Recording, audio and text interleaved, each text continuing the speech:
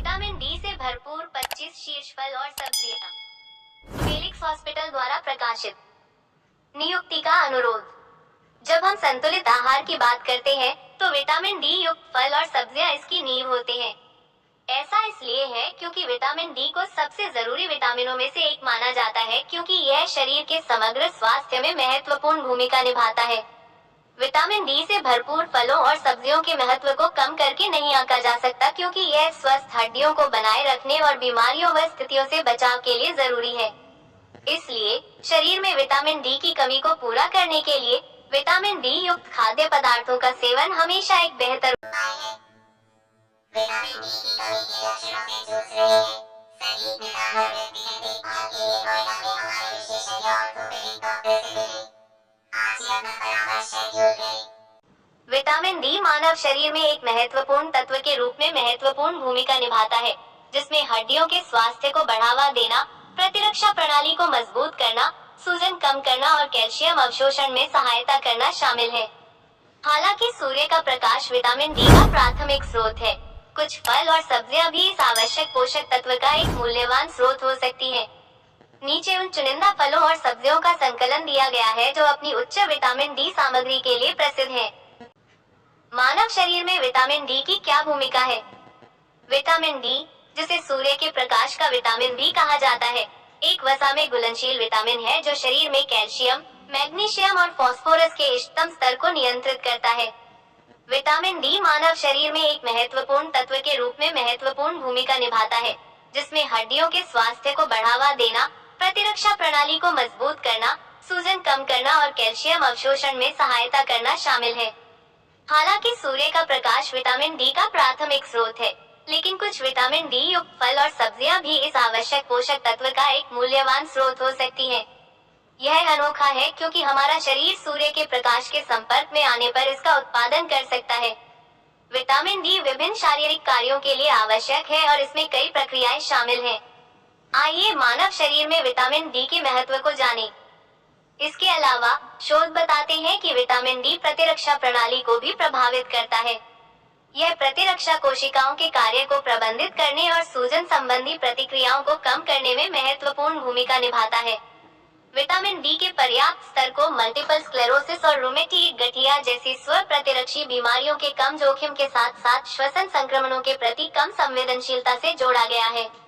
इसके अलावा vitamin D को हृदय स्वास्थ्य से भी जोड़ा गया है। अध्ययनों से पता चला है कि विटामिन डी का निम्न स्तर उच्च रक्तचाप, हृदय गति रुकने और कोरोनरी धमनी रोग सहित हृदय संबंधी बीमारियों के बढ़ते जोखिम से जुड़ा है। विटामिन डी रक्तचाप को नियंत्रित करने, सूजन को कम करने और हृदय संबंधी बीमारियों के विकास और प्रगति से बचाने में मदद कर सकता है। शोध निष्कर्षों के अनुसार इस बात के प्रमाण मौजूद हैं कि विटामिन डी इष्टतम मानसिक स्वास्थ्य बनाए रखने में महत्वपूर्ण भूमिका निभा सकता है। जब विटामिन डी का स्तर कम होता है तो अवसाद, मौसमी भावात्मक विकार, एसिडी और संज्ञानात्मक गिरावट जैसी स्थितियों के विकसित होने का जोखिम बढ़ जाता है।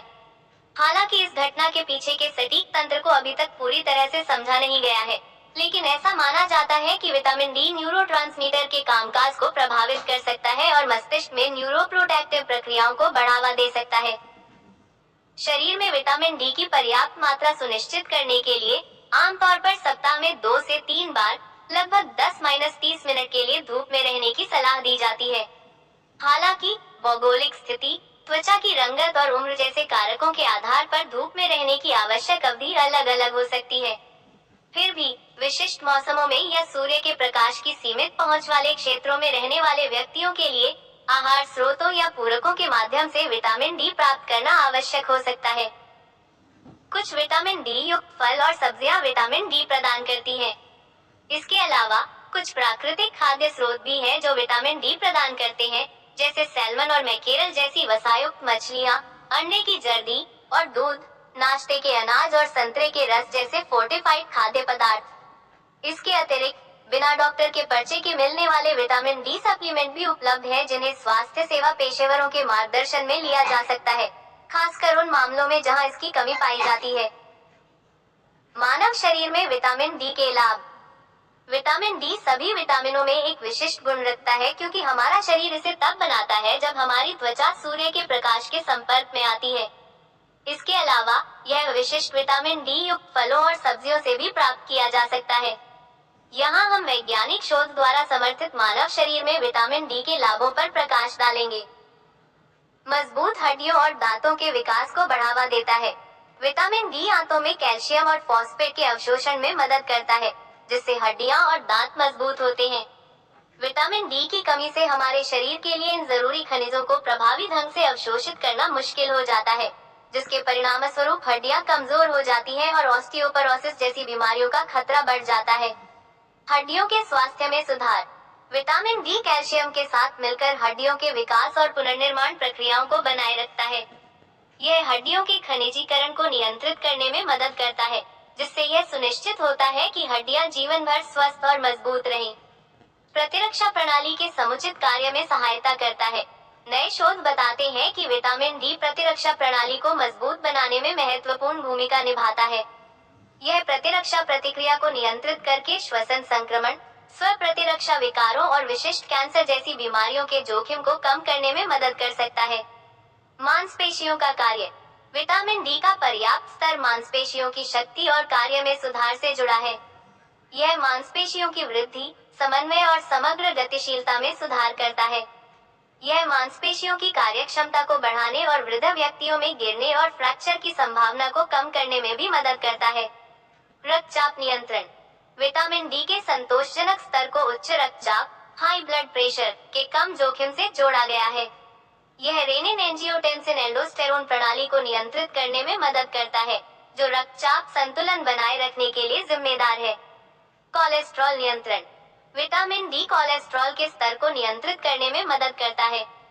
कम घनत्व वाले लिपोप्रोटीन एलडीएल कोलेस्ट्रॉल को अक्सर खराब कोलेस्ट्रॉल कहा जाता है, क्योंकि इसके बढ़े हुए स्तर से एथेरोस्क्लेरोसिस और हृदय रोग हो सकते हैं। शोध से पता चला है कि विटामिन डी का आदर्श स्तर कम एलडीएल कोलेस्ट्रॉल और बढ़े हुए उच्च घनत्व वाले लिपोप्रोटीन एचडीएल कोलेस्ट्रॉल से जुड़ा है, जिसे अच्छा कोलेस्ट्रॉल माना जाता है। हृदय की मांसपेशियों का कार्य। विटामिन डी रिसेप्टर्स हृदय की मांसपेशियों की कोशिकाओं में पाए जाते हैं, जो हृदय की सेहत पर इसके तत्काल प्रभाव का संकेत देते हैं। यह हृदय की लय और समग्र हृदय क्रिया के नियमन में योगदान दे सकता है। अस्थमा नियंत्रण। कुछ अध्ययनों से पता चलता है कि अस्थमा से पीड़ित लोगों में विटामिन डी की कमी व्यापक हो सकती है। हालांकि अस्थमा और विटामिन डी के बीच सटीक संबंध जटिल है और इसके लिए अतिरिक्त शोध की आवश्यकता है, लेकिन विटामिन डी के आदर्श स्तर को बनाए रखने से अस्थमा के लक्षणों के बेहतर नियंत्रण में मदद मिल सकती है। दीर्घकालिक बीमारियों की संभावना में कमी। विटामिन डी के पर्याप्त स्तर को विभिन्न दीर्घकालिक बीमारियों के जोखिम में कमी से जोड़ा गया है। अध्ययनों से पता चलता है कि यह टाइप 2 मधुमेह, हृदय रोग, कुछ प्रकार के कैंसर, कोलन, स्तन और प्रोस्टेट कैंसर सहित और रूमेटॉइड आर्थराइटिस जैसी प्रतिरक्षा प्रणाली संबंधी बीमारियों से बचाव में मददगार साबित हो सकता है।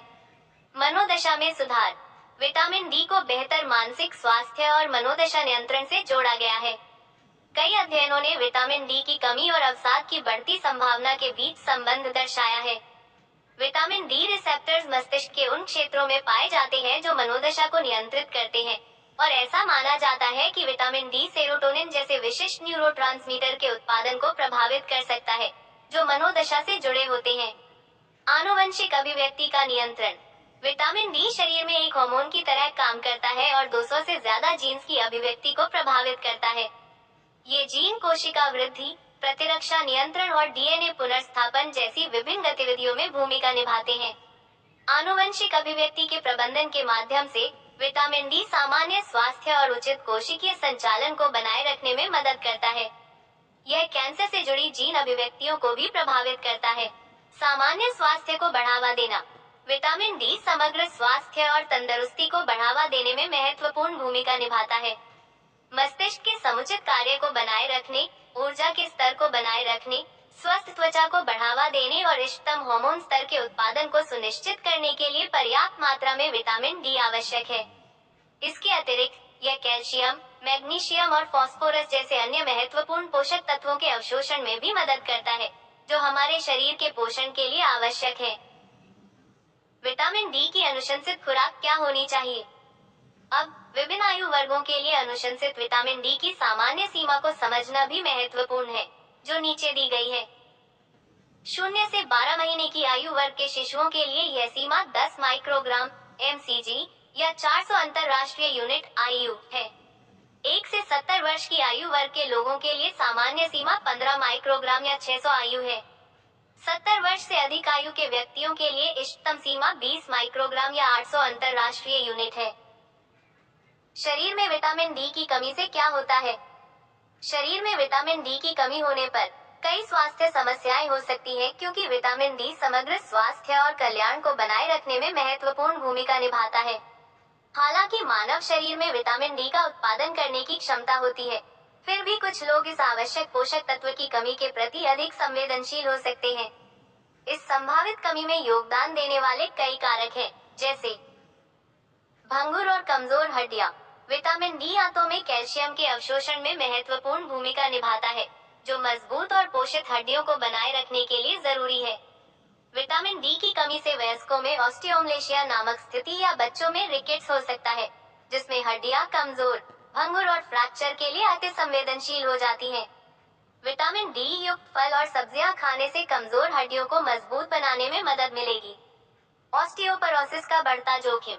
विटामिन डी की कमी ऑस्टियोपरोसिस के जोखिम को बढ़ा सकती है, जो एक ऐसी चिकित्सीय स्थिति है जिसमें हड्डियों का घनत्व कम हो जाता है और फ्रैक्चर होने की संभावना बढ़ जाती है।